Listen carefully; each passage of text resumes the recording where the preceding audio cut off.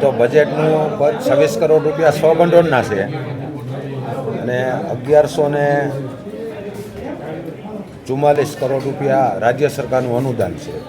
આમ બંને લઈ અને 1193 કરોડ રૂપિયાનું આજનું બજેટ જે કારોબારી સનદ મૂકી અને કારોબારીએ મંજૂર કરવામાં આવેલ છે.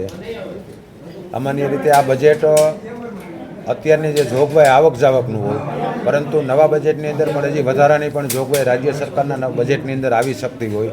જ્યારે કામોની અમારી ડિમાન્ડ જે મૂકેલી હોય અને નવા જે બજેટની અંદર આવે એટલી વધારાની થતી હોય અને ખાસ કરીને તો બધી શાખાઓને જરૂરિયાત પ્રમાણે ફાળવણું કરવામાં આવતું હોય, પણ અમે એક પ્રાકૃતિક ખેતી કે જે કાયમી રાસાયણિક અને પેસ્ટિસાઇડને કારણે જે રોગચાળો વધતો જાય છે એને નિયંત્રણ કરવા માટે આપણા રાજ્યપાલ અને માનનીય વડાપ્રધાનશ્રીએ પણ આ પ્રયત્ન કરી રહ્યા છે આખા દેશની અંદર કે પ્રાકૃતિક ખેતી તરફ લોકો વળે અને લોકોને સારા ફળ હોય, સારા શાકભાજી હોય કે કઠોળ અને અનાજ પ્રાકૃતિક એટલે કે ગાય આધારિત ખેતીથી થઈ અને જે રોગને નિયંત્રણ લેવા માટેના જે પ્રયત્નો કરી રહ્યા છે. અમે રાજકોટ જિલ્લા પંચાયત પહેલી વખત એવું છે કે અમે 60 લાખ રૂપિયામાં ફાળવીએ છીએ અને દરેક તાલુકાની અંદર જે અમારી જિલ્લા પંચાયતની જે બિલ્ડિંગો જે પડ્યા જ છે, અમારી પાસે વધારાના બિલ્ડિંગો છે, એની અંદર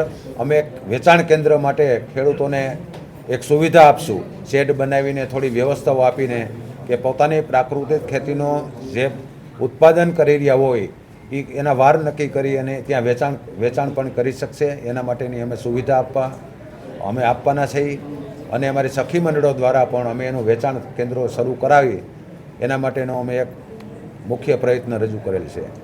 આ સિવાય જે સભ્યોની ગ્રાન્ટમાં વધારો થવાનો નિર્ણય લેવાનો, આમ તો ગયા વખતે 30 લાખ રૂપિયા એક સદસ્યને પોતાના વિસ્તારની અંદર વિકાસ માટેની જે ગ્રાન્ટ ફાળવવામાં આવી હતી. આ વખતે અમે એને 35 લાખ રૂપિયા એટલે કે 20% વધારા સાથે 35 લાખ રૂપિયા નવું જે આવનારી બોડી ને એના સદસ્યોને 35 લાખ રૂપિયા પોતાના વિસ્તારમાં વાપરી શકે એવી જોગવાઈ કરી છે. એટલે કે 30ને બદલે 35 લાખ રૂપિયાની જોગવાઈ કરી. કદાચ સૌરાષ્ટ્રની અંદર વધુમાં વધુ હું માનું છું કે આપણે આપીએ છીએ રાજકોટ જિલ્લા પંચાયત. બાંધકામ શાખાની કેટલીક દરખાસ્તો હતી, શું દરખાસ્તો હતી? બાંધકામ શાખાની જે અધ્યક્ષતાને હતી અને જે 15 કે 20 જેવી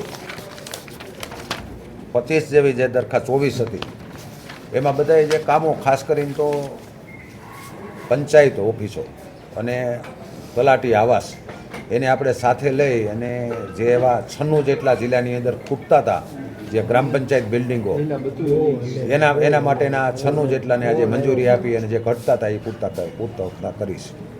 ઓકે.